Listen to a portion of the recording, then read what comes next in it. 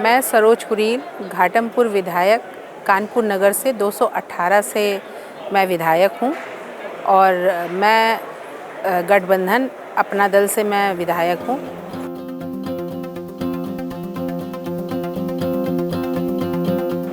मेरी कॉन्स्टिट्यूंसी कानपुर नगर मेन से करीब 40 किलोमीटर्स घाटमपुर पड़ती है, जो कि एक देहाती एरिया है पूरा। और मैं 2012 में भी चुनाव मैं लड़ी थी, चूँकि मैं बीएसपी से लड़ी थी। उसके बाद 2017 का भी मैं लड़ी हूँ। ये मेरा तीसरा चुनाव है और इसमें मैं जीती हूँ। अपने गठबंधन सरकार से जो है, इससे मुझे टिकट मिला और घाटमपुर से मैं विधायक बनी। और घाटमपुर हमारा बहुत ही अच्छा और बहुत ही कहेंगे कि विकसित है और हम लोग कुछ चीज़ों पे हमेशा हमने फोकस किया है। जो भी चीज़ें वहाँ पर हैं वो बहुत अच्छी हैं और वहाँ के लोग भी बहुत अच्छे हैं।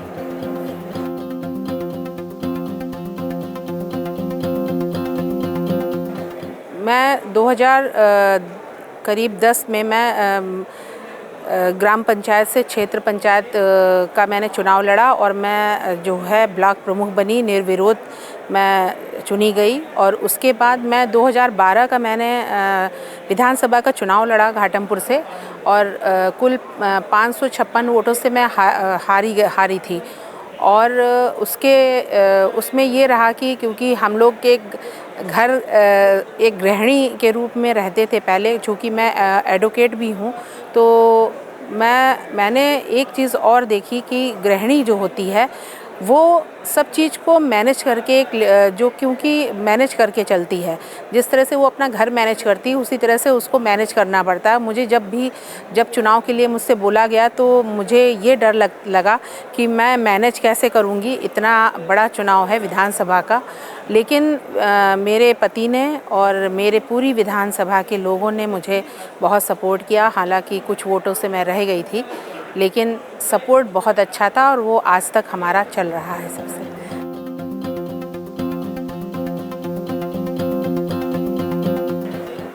हाँ, चूँकि मेरे ससुर जी जो थे वो 3 बार के विधायक और एक बार के सांसद थे।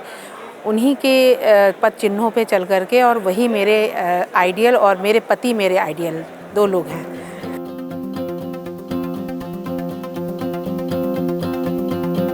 इंडियन डेमोक्रेसी के बारे में जो सबसे अच्छी चीज़ है कि आप कहीं पर भी रहते हैं, आपका चुनाव होता है तो चुनाव तो सब अलग अलग दल लड़ते हैं, लेकिन जब एक जगह मिलते हैं तो सब लोग एक हो करके रहते हैं। ये सबसे अच्छी चीज़ है और यही चीज़ यहाँ पर देखने को मिल रही है।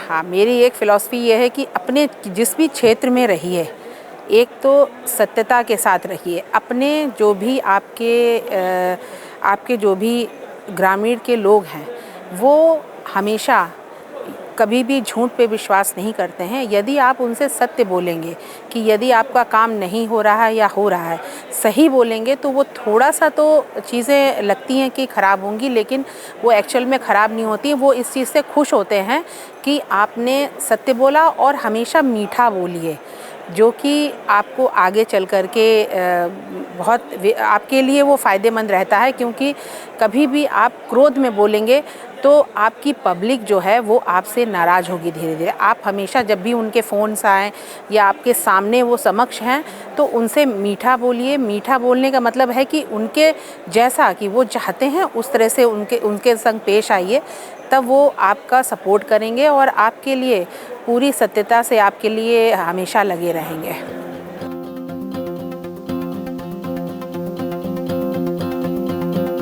मेरी सबसे यादगार मेमोरी वो है जब मैं ये समझिए कि जब मैं पॉलिटिक्स से मुझे बहुत अच्छी मतलब ऐसा कहेंगे अच्छा नहीं था, क्योंकि मैं जिस परिवेश से आई थी, मेरे फादर चूँकि जज थे, तो मुझे पॉलिटिकली अच्छा नहीं लगता था।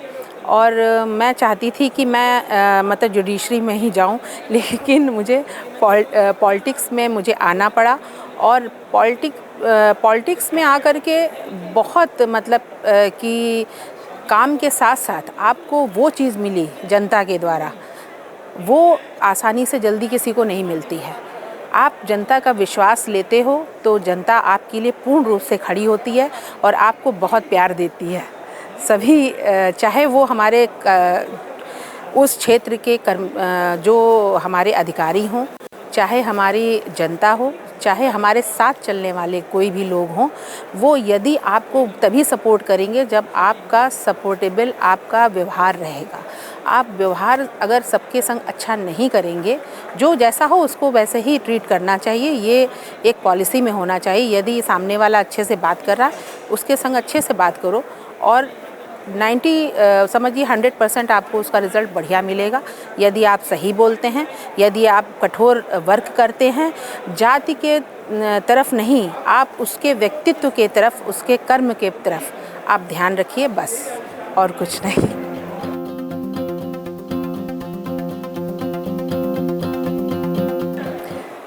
मेरा सबसे अपने सभी नौजवान युवकों से यही मेरी शुभकामनाएं ये है उनके लिए कि वो लगन से और अपनी ईमानदारी से अपने सामने वाले के संग पेश आएँ और मेहनत करें। मेहनत से बहुत चीज़ें हल होती हैं।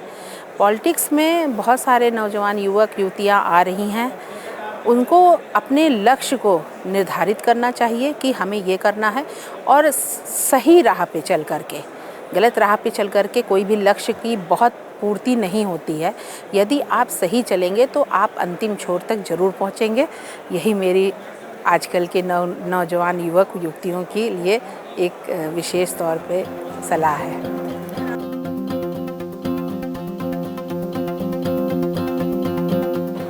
एनएलसी जो नेशनल लेजिस्लेटिव काउंसिल है, वो हमारे लिए एक मील का पत्थर साबित हुई है, क्योंकि काफ़ी दिनों से ये हो रहा था कि बॉम्बे जाना है, वहाँ पर सबसे मिलना है। इतने सारे प्रांतों के सभी विधायक मिले और उनसे एक अच्छी सी भेंट वार्ता हुई। उनके कल्चर, उनके बारे में हम लोगों ने सीखा।